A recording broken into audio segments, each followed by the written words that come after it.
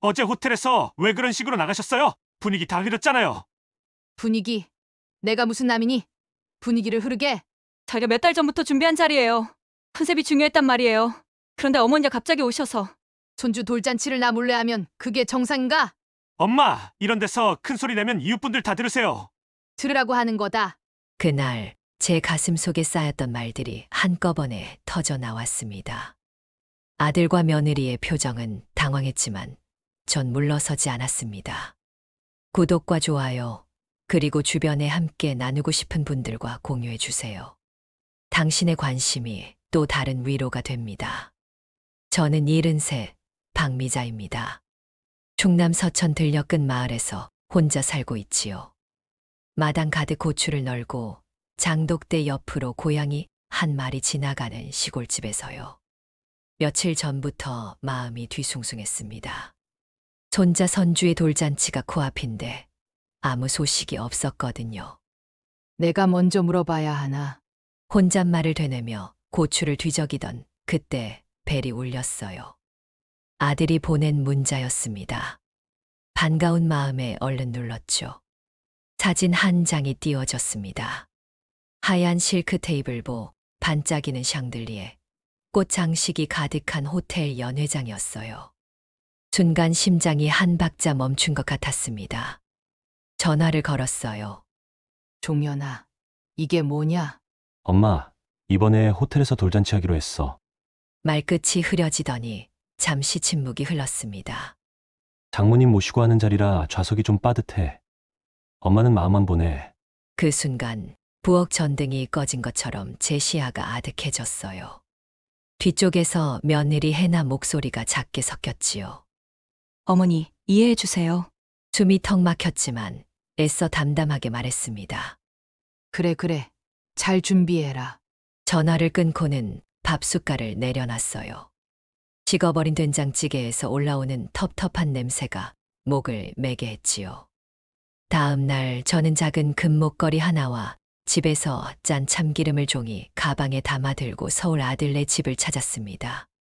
초인종을 누르자 향수 냄새가 확 퍼지더니 며느리가 문을 열었어요. 어머니, 이 냄새 뭐예요? 시골 냄새 좀 빼고 오시지 그랬어요?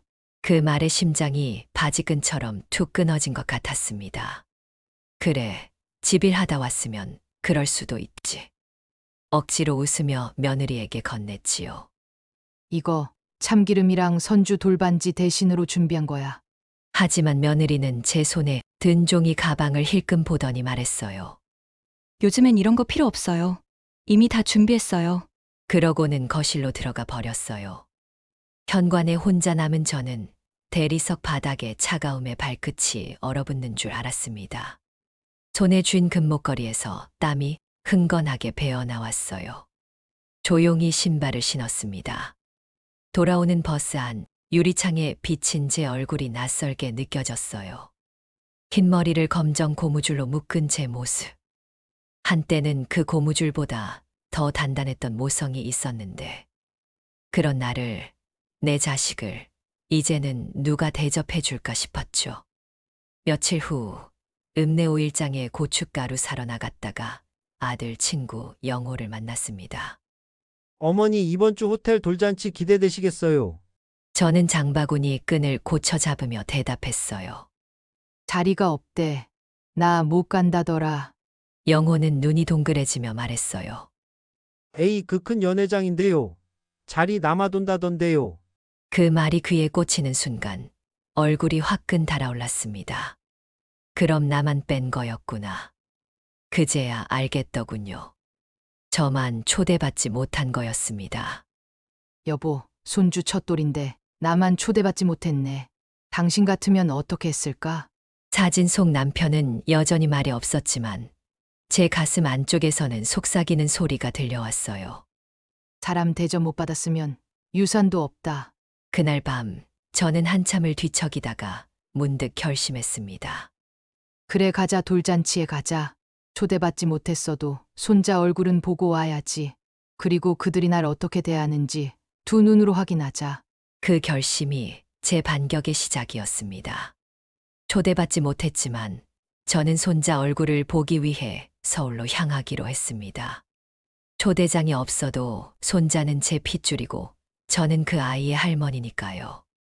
돌잔치 전날 저는 장롱에서 한복 저고리를 꺼내 다리고 오래된 배시댕기도 손질했어요. 동네에서 꽃바구니도 하나 샀습니다. 꽃바구니 옆에는 남편에게 물려받은 묵은 어음 통장을 조심히 꺼내 놓았습니다. 제 마음은 고요했지만 단단했지요. 아들아, 며느라, 너희 뜻대로는 안 될 거다. 내 마음까지는 못 건드려. 다음 날 아직 해가 떠오르기 전이었습니다. 저는 한복 치마를 여며 입고 꽃바구니를 품에 안은 채 시외버스에 올랐어요. 창밖으로는 이른 아침 해가 논밭을 깨우고 있었고 제 눈동자엔 흔들림이 없었습니다. 이 꽃바구니, 이게 내 마지막 일이다. 마음속으로 그렇게 되뇌었습니다. 서울터미널에 도착하니 호텔 셔틀버스 안내판이 눈에 들어왔어요. 셔틀버스에 오르자 직원이 친절하게 미소를 지으며 말했어요. 연회장 가시면 엘리베이터 2호 이용하세요. 그 미소 뒤에 자리 없는 시어머니를 알아볼 사람은 없었습니다. 로비에 들어서자 돌잔치 슬라이드 사진이 돌아가고 있었어요. 손자 선주의 얼굴이 나왔는데 사진관 조명 아래선 낯설게만 느껴졌어요. 흰 드레스, 금빛 왕관, 꽃바구니, 리본을 만지작거리며 자리에 앉았지요. 시계를 보니 연애 시작까지는 1시간 넘게 남아 있었지만 제 마음은 급했어요. 얼마 뒤 엘리베이터에서 사돈이 내려왔습니다. 연보라 정장에 진주 브로치를 단 그 모습은 확실히 저와는 다른 세계 사람이더군요. 사돈 오셨네요. 예, 먼저 와 있었어요. 사돈은 얕은 미소를 지으며 말했습니다. 여기 분위기가 어르신들에겐 좀 낯설 수도 있죠. 음식도 그렇고 지금 자리 조정 중이에요. 저는 꽃바구니를 앞으로 내밀었습니다. 손자한테 줄 꽃이에요. 직접 주고 싶어서요. 아유, 고생하셨어요. 근데 포토존 색감이 밀려서 꽃은 따로 보관하는 게 좋겠다네요. 사돈이 직원에게 눈짓을 주자 꽃바구니는 로비 구석 보관대에 옮겨졌습니다. 손에서 꽃이 떨어져 나가자 마음도 함께 툭 하고 내려앉았어요. 그때 며느리 유나가 복도를 빠른 걸음으로 내려왔습니다. 몸에 붙는 시폰 원피스를 입고 커다란 진주 귀걸이를 달고 있었지요. 어머니, 여기까지 오셨네요. 그래. 손자 얼굴 보러 왔다. 며느리는 주변을 힐끔 둘러보더니 목소리를 낮췄습니다. 컨셉 때문에요. 시골 분위기 들어오면 사진톤이 다 깨져요. 그 말을 듣는 순간 뒷목이 뜨거워졌습니다. 내가 시골 냄새인가. 며느리는 허리를 돌려 사진사 앞에서 포즈를 취하더니 다시 돌아와 말했습니다. 어머니, 잠깐만 대기해 주세요. 자리 생기면 연락드릴게요. 그리고는 직원에게 뭔가를 속삭이고 사라졌습니다.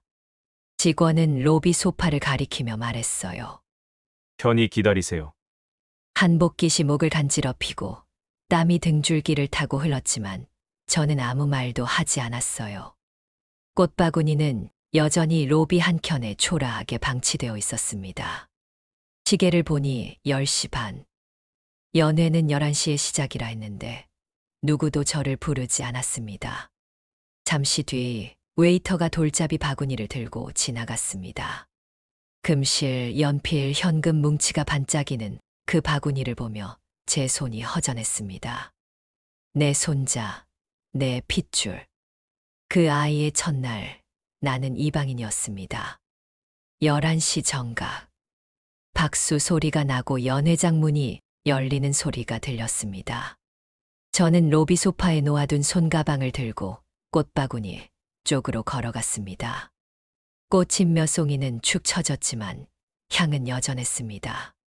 손잡이를 들자 손끝이 젖어 있었는데 그게 꽃물이었는지 제 땀이었는지는 모르겠더군요. 그때 엘리베이터 문이 열렸고 안에서 사람들이 타고 있었습니다.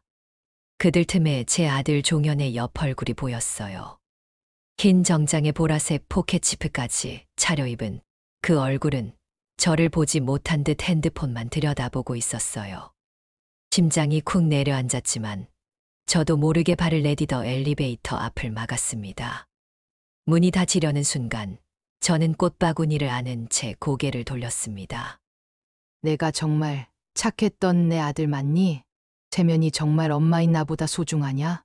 문이 닫히고 로비엔 피아노 연주가 조용히 깔렸습니다. 저는 조용히 걸음을 옮겨 입구 쪽으로 향했어요. 공기가 차갑게 느껴졌지만 제 마음은 도리어 또렷했습니다. 그제야 꽃바구니 값은 충분하다는 생각이 들었어요. 로비 한켠에 초록색 플라스틱 휴지통이 보였고 저는 조심히 꽃바구니를 올려두었습니다. 국화 냄새가 꽃잎을 스치며 마지막 인사처럼 퍼졌어요. 그리고 한복 치맛자락을 가볍게 털고 문을 열었습니다. 도어맨이 감사합니다 하고 인사를 했지만 저는 고개만 끄덕였지요. 택시를 타고 떠나며 휴대폰을 다시 켰습니다. 역시나 아무 연락도 없었습니다. 하지만 괜찮았습니다. 그래. 손주 얼굴은 못 봐도 된다. 대신 내 마음 무시한 값 두고두고 치르게 해주지. 그때부터였습니다. 제가 저를 위한 삶을 다시 시작하게 된 건 서울에서 돌아온 다음 날 저는 마당에 널어둔 고추를 하나하나 뒤집으며 묵은 결심을 정리하고 있었습니다. 뜨거운 햇살 아래 손끝은 바삭하게 말라갔고 제 마음도 함께 마르고 있었습니다. 그때 먼지 날리는 소리와 함께 은색 승용차 한 대가 집 앞에 멈춰 섰습니다. 아들이 먼저 내리고 고지어 선글라스를 쓴 며느리가 뒤따라 내렸어요. 둘 다 표정이 딱딱하게 굳어 있었지요. 엄마, 종현이가 다가와 고추 채반을 본 뒤 한숨을 쉬며 말했습니다. 어제 호텔에서 왜 그런 식으로 나갔어요? 분위기 다 흐려졌잖아요. 저는 고추를 뒤집던 손을 멈추고 허리를 폈습니다. 분위기.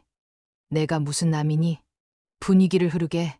종현이가 눈치를 보며 며느리를 바라봤고 유나가 선글라스를 벗어 머리 위로 올리며 말했어요. 저희가 몇 달 전부터 준비한 자리예요. 컨셉이 중요했단 말이에요. 그런데 어머니가 갑자기 오셔서 갑자기 제가 고개를 들고 그 말을 받아쳤습니다. 손주 돌잔치를 나 몰래 하면 그게 정상인가? 종현이는 목소리를 낮췄습니다. 엄마, 이런 데서 큰 소리 내면 이웃분들 다 들으세요. 들으라고 하는 거다. 그 순간 마당 옆을 지나던 덕마 아재가 자전거를 멈췄지요. 저는 일부러 목소리를 더 높였습니다.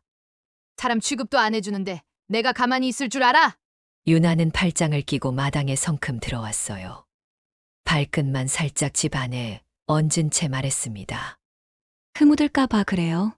시골 냄새 또 배잖아요. 빨리 얘기하고 들어가요.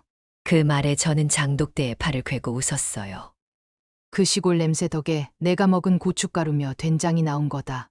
어머니, 이렇게까지 유난 떨 필요 없어요. 자리 마련 못한 거 우리도 속상했어요. 속상? 비웃음이 절로 나왔습니다.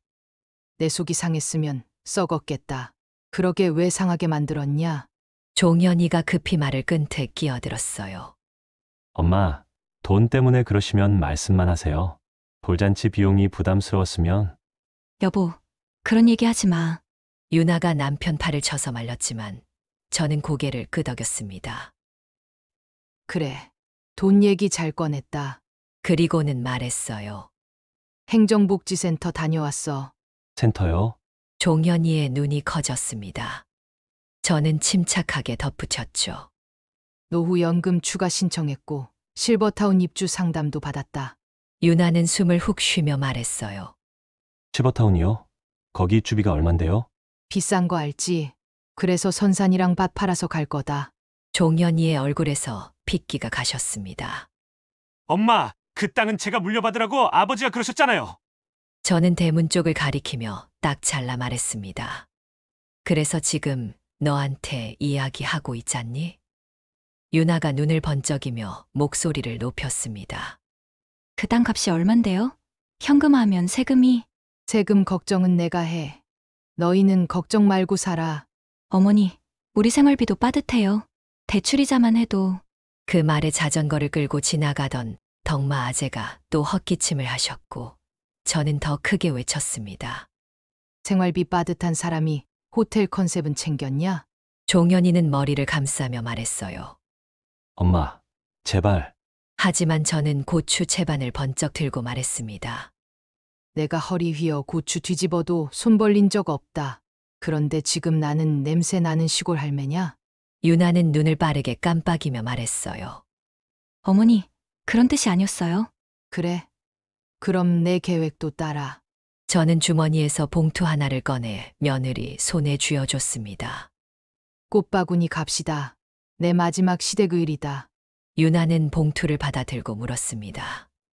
어머니, 이게 뭐예요? 컨셉 깨진다고 버린 그 꽃값. 돌려주는 거다. 이제 말 다 했으면 돌아가라. 난 뒤집을 고추가 많다. 여보, 설마 진짜 땅 파시는 건 아니겠지? 유나가 조용히 속삭였지만 종현은 아무 말도 못했어요. 그때 마을 통장님이 트럭을 몰고 지나가며 손을 흔드셨어요. 미자 씨, 고추 잘 말랐네. 오늘 바람이 좋아요, 통장님. 저는 일부러 웃어 보였습니다. 두 사람의 표정은 점점 굳어졌고 저는 마지막으로 이렇게 말했어요. 유산은 내 노후 보장하고 남으면 그때 생각하마. 유나는 눈가를 손등으로 훔치며 말했지요. 어머니, 너무하세요. 저는 코웃음을 쳤습니다. 사람 대접 안 해놓고 유산을 봐? 웃기지 마라. 그 순간 고추알 하나가 바람에 굴렀고 저는 그걸 주워 며느리 손바닥에 올려줬습니다. 씨 잘 말려 심어라. 열매라도 보게. 이제 서울 가라. 길 막힌다. 저는 등을 돌렸고 손을 내저으며 말했습니다. 생각 끝났다. 실버타운 계약금 넣으면 초대장 보내마. 그 말 한마디로 제 마음은 이미 길을 정했지요. 다시 돌이킬 생각은 없었습니다. 며칠 뒤 저는 새벽 공기를 가르며 버스를 타고 읍내 행정복지센터를 찾았습니다. 지적도 열람하고 소유권 등기 확인서까지 챙겨들고 군청 민원실에서 필요한 서류를 정리했어요. 사람들은 모르겠지요. 70 넘은 할머니가 마을버스 2번 갈아타고 서류 떼러 다니는 그 뚝심이 어떤 건지. 직원이 물었어요. 할머니, 이 땅값 꽤 나가는데 가족들 반대 없으세요? 저는 피식 웃으며 대답했어요. 살면서 나를 반대하던 건 내 허리 하나였습니다. 도장 하나 찍자고 그동안 가족들 눈치 보고 체면 따졌던 제 지난 세월이 갑자기 우스워졌습니다. 이제는 제 손으로 제 노후를 지키고 싶었어요. 그리고 드디어 공증 계약 당일이 다가왔습니다. 군청 주차장에 거의 동시에 2대의 차가 도착했어요. 하나는 경운기 3개 제 낡은 트럭, 다른 하나는 번쩍이는 검은 SUV였습니다. 먼저 내린 건 종현이 부부였어요. 유나는 새 구두 뒤축을 살피며 저를 쏘아보듯 바라봤고 종현은 다가와 말했습니다. 어머니, 도대체 왜 이러세요? 내 인생 정리 중이다. 정리요? 우리 상의도 없이? 저는 멈추지 않았습니다. 냄새 난다던 내 고추밥 팔아서 내 삶 정리하는 게 왜 너희랑 상의할 일이냐? 종현이는 숨을 고르며 말했어요. 아버지가 그러셨잖아요. 그 땅은 내가 물려받으라고. 그래서 내가 그 말 녹음해뒀다. 저는 핸드폰을 꺼내 녹음 파일을 재생했어요. 작년 가을 고추 말리던 날 남편이 말했던 그 음성. 여보, 땅은 팔아서 당신 노후 자금으로 써. 종현이 생활은 그 놈이 알아서 해. 종현은 고개를 푹 숙였고 유나는 입술을 꾹 깨물었습니다. 공증 사무실 안으로 들어서자 변호사가 서류를 넘기며 물었어요. 재산권 분쟁 없으시죠? 저는 멀뚱히 서 있는 두 사람을 힐끔 보고 또박또박 대답했어요. 네. 증인도 있습니다. 문이 열리자 복순이가 들어왔어요. 고무신의 바람은 들었어도 등은 곧게 세운 채였지요. 내가 미자 말증인일세. 변호사가 고개를 끄덕이며 도장 위치를 가리켰고 저는 손에 인주를 묻혀 붉은 손도장을 또렷하게 찍었습니다. 그 순간 스탬프가 서류에 꾹 하고 찍히는 소리가 울렸습니다. 마치 오랜 자물쇠가 풀리는 소리처럼 들렸어요. 제 안에 갇혀있던 체념과 한숨이 그 도장 소리 하나에 열리는 느낌이었죠. 계약금 일부를 현금으로 받자 봉투가 묵직했습니다. 유나가 그걸 보더니 조심스레 말했어요. 어머니, 세금 많이 나올 텐데요. 세금 안 내면 죄인이지. 낼 만큼 내고 쓸 거다. 종현은 울먹이며 말했습니다. 그럼 우리 애는요? 저는 단호하게 말했어요. 내가 아버지다. 내가 알아서 해라. 엄마 진심이세요? 진심이다. 내 노후를 너희 체면보다 뒤에 둘 생각 없다. 공증 사무실을 나서자 가을 햇살이 유리창에 반사되어 눈이 부셨습니다. 트레이닝 바지 자락이 바람에 펄럭였는데 그 편안함에 피식 웃음이 났어요. 은행에 들러 통장에 계약금을 입금하고 실버타운 계약서를 팩스로 보냈습니다. 직원이 말했어요. 할머니, 해오름 실버타운 전망 좋다네요. 저는 대답했지요. 전망 좋아야지요. 앞으로 내 세월이 거기 달려 있는데. 집에 돌아오자 해는 이미 기울고 있었습니다. 마당에서 고추를 걷어들이던 복순이가 찾아왔어요. 미자야, 계약 잘 됐냐? 잘 됐지. 군청 직원이 나보고 똑 부러졌대.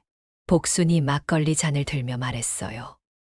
실버타운 가서 신랑감 물색해라. 거긴 다 자산 있는 분들이라며. 내 돈으로, 내 허리로 갈 거다. 그렇게 우리는 웃으며 잔을 부딪혔습니다. 그날 저녁 종현이에게서 메시지가 왔어요. 엄마, 아버지 산소 문제도 있고 땅 매각은 잠시만 미뤄요. 곧이어 유나에게서도 메시지가 왔습니다. 어머니, 세금 손해 커요. 전문가랑 상의하셨어요? 저는 딱 한 줄로 답장을 보냈어요. 세금이든 인생이든 내 몫은 내가 알아서 해.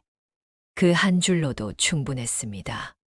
그날 밤 저는 남편 사진 앞에 앉아 막걸리 한 모금 따라 놓고 말했어요. 여보, 나 잘했지? 당신 말대로 내 노후 내가 챙겼어. 촛불이 조용히 흔들렸고 방 안 공기도 함께 잔잔해졌습니다. 이제 저는 눈치 보며 숨죽이며 사는 여자가 아니었습니다. 이름 석자로 도장 찍고 내 삶에 책임지는 여자. 그게 바로 지금의 저 박미자입니다. 며칠 뒤 저는 동해 바닷가에 자리한 해오름 실버타운에 입주하게 되었습니다. 새벽 첫차에 몸을 실은 채 작은 보따리 하나 들고 떠났어요. 보따리 안에는 남편 사진 한 장과 여벌 옷 2벌이 전부였습니다. 버스가 도착하니 경비원이 다가와 고개를 숙이며 말했어요. 입주 확인했습니다. 환영합니다. 검사할 짐도 거의 없었으니 금세 로비로 안내되었고 로비 바닥은 흰 대리석이 반짝이고 있었어요. 창문 너머로는 파란 바다가 보였고 바닷바람이 소금기 섞인 채 코끝을 스치더군요. 담당 사회복지사가 제 손목에 초록색 출입할지를 채워주며 말했어요. 여기 레스토랑은 매일 한식, 주말에는 바비큐가 나오고요. 물리치료실, 재활 헬스장, 도서관도 이용 가능하십니다. 밥만 맛있으면 됐네요. 저는 고개를 끄덕이며 웃었습니다. 엘리베이터를 타고 8층에 도착하니 복도 끝문이 자동으로 열렸어요. 방 안으로 들어서니 거실 바닥에 햇살이 가득 들어오고 있었지요. 발코니 문을 열자 바닷바람이 훅 들어와 커튼을 흔들었어요. 먼지 냄새 대신 미역향이 살짝 풍겼습니다. 처음 받아보는 환대 같은 거였어요. 누군가와 인사하며 시작하는 하루. 고요하지만 낯설지 않은 그런 시간이 흐르기 시작했죠. 며칠 동안은 적응이 안 됐습니다. 식당에서 밥을 받아도 뭔가 쭈뼛거리고 커뮤니티 센터에서 책을 읽어도 저 혼자 떠있는 느낌이었어요. 그런 저를 먼저 불러준 건 입주자 대표라는 선희 씨였어요. 박 선생님, 커피 한잔 하실래요? 여기 라운지에선 다 이름 없이 선생님이라고 불러요. 선생님이란 말이 어찌나 따뜻하게 들리던지요. 제게 그런 호칭을 붙여준 사람, 평생을 살아오며 단 한 사람도 없었습니다. 그날부터 저는 오전마다 산책하고 오후에는 그림 수업에 참여했어요. 손은 굳었고 눈은 흐렸지만 종이 위에 물감칠하는 일이 이렇게 즐거울 줄이야. 젊을 땐 몰랐습니다. 내가 하고 싶은 걸 내가 선택한다는 게 어떤 의미인지. 엄마, 집에 한 번만 들르면 안 될까? 출장도. 바쁘고 근데 선사는 진짜 파신 거야? 이미 잔금 들어왔다. 바쁜 사람 많다. 예약하고 와라. 휴대폰에는 여전히 아들 종현의 부재중 전화가 남아 있었습니다. 하지만 저는 더 이상 그 벨소리에 휘둘리지 않았어요. 나중에 전화해야지. 그저 그 정도였지요. 해질 무렵이면 입주민들과 마당에 앉아 해를 구경했습니다. 의자에 앉아 가만히 바다를 바라보다 보면 아무 말 안 해도 마음이 풀려요. 누가 잘났는지, 무얼 가졌는지 따지지 않는 이곳의 시간은 제게 큰 위로가 되었어요. 가끔 커뮤니티 게시판에 자식들이 보내온 편지들이 붙습니다. 엄마 사랑해요. 아빠, 다음에 올게요. 하지만 전 알고 있습니다. 그 편지보다 중요한 건 여기 사는 사람들끼리 만들어가는 하루하루의 정이라는 걸. 텃밭 신청도 했어요. 고추는 안 심기로 했습니다. 대신 치커리랑 상추, 그리고 작은 방울토마토. 새로 산 모종을 심으며 속으로 중얼거렸습니다. 이제는 딸이든 아들이든 오든 말든 이건 내 손으로 키우는 내 밥상이야. 저녁 무렵엔 라운지에 앉아 클래식 음악을 들었습니다. 삐걱거리는 스피커에서 흘러나오는 피아노 선율. 그게 꼭 내 숨소리 같았어요. 문득 며느리에게 전화가 왔습니다. 어머니, 아이 학교에서 조부모 수업 있는데 혹시 시간 괜찮으세요? 예전 같았으면 벌떡 일어나 달려갔겠죠. 하지만 이번엔 달랐습니다. 바닷바람 맞느라 시간 없겠네. 선생님 수업도 있고. 짧게 그렇게 대답하고 끊었습니다. 속이 후련했습니다. 여기 오기 전까진 내가 없으면 저들이 무너질 거야 라는 착각 속에 살았던 것 같아요. 하지만 아니더군요. 정말 무너졌던 건 저였습니다. 지금은 다시 쌓고 있는 중입니다. 고추밭 말고 바다 냄새 나는 삶. 눈치 보지 않아도 되는 하루. 혼자이지만 혼자 같지 않은 집. 여기가 이제 제 인생의 새 주소입니다. 누구의 그림자도 아니고 누구의 뒷바라지도 아닌 온전히 제 발로 들어선 저만의 자리. 그렇게 저는 실버타운에서 두 번째 봄을 맞이하게 되었어요. 어느 날 아침 로비 게시판 앞에 사람들이 모여 있었습니다.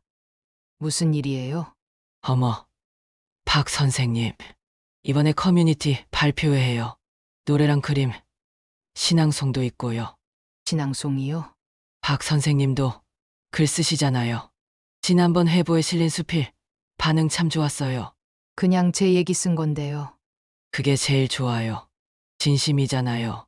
선희 씨의 말에 저는 고개를 숙이며 웃었어요. 처음엔 사람들 앞에 서는 게 겁났습니다. 하지만 속으로는 생각하고 있었죠. 이번엔 나도 초대받아야지. 나 스스로에게. 며칠 동안 제 수첩을 펼쳐 지난 일기를 들춰봤습니다. 며느리에게 받았던 문자, 고추밭에서 울며 써내려갔던 문장들. 그리고 남편 사진 옆에 적어놓은 혼잣말들. 그걸 모아 하나의 수필로 다듬기 시작했어요. 제목은 그릇 하나 비우는데 70년.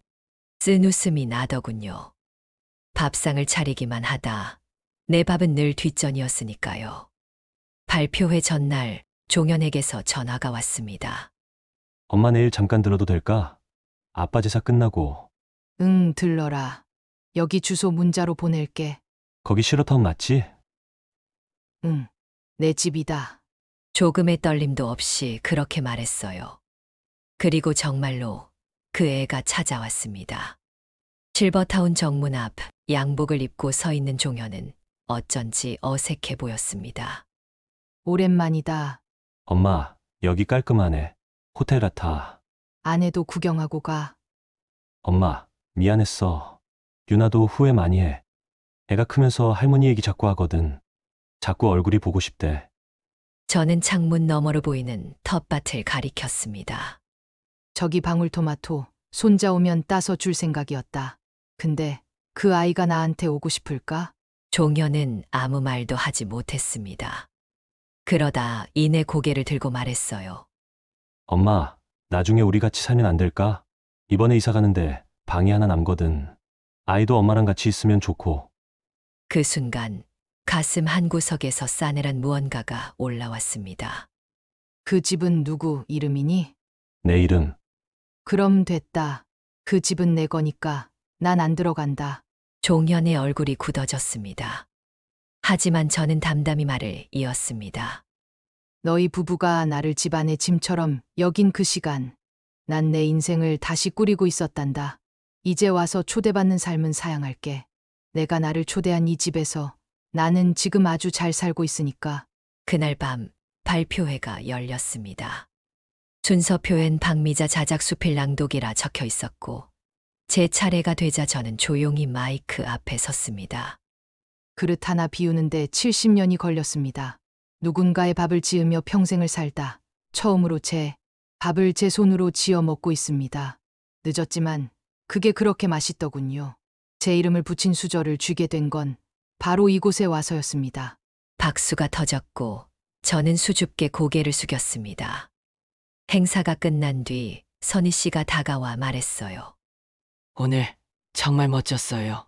박 선생님, 이젠 진짜 자기 삶을 사시네요. 그 말이 참 고마웠습니다. 누구의 엄마, 누구의 아내가 아닌 박미자. 제 이름 석자로 살아가는 지금이 비로소 제 인생의 봄이었습니다. 이제야 저는 알게 되었습니다. 사람은 누구나 초대받아야 할 자리가 있다는 거요. 그 자리가 남이 내주는 집이 아니라 내가 스스로 열고 들어가는 문이어야 한다는 거요. 이 집은 이제 제 인생의 가장 단단한 시작점입니다. 그리고 저는 매일 저를 위한 초대장을 새로 쓰고 있습니다. 박미자, 오늘도 잘 살아보자고. 더 많은 인생 이야기를 듣고 싶으시다면 구독 버튼 눌러주시고 이 이야기가 마음에 와닿으셨다면 좋아요도 부탁드립니다. 여러분의 경험이나 생각도 댓글로 나눠주시면 서로에게 큰 힘이 될 것 같아요. 당신의 이야기도 인생살이가 됩니다. 다음 이야기에서 다시 만나요.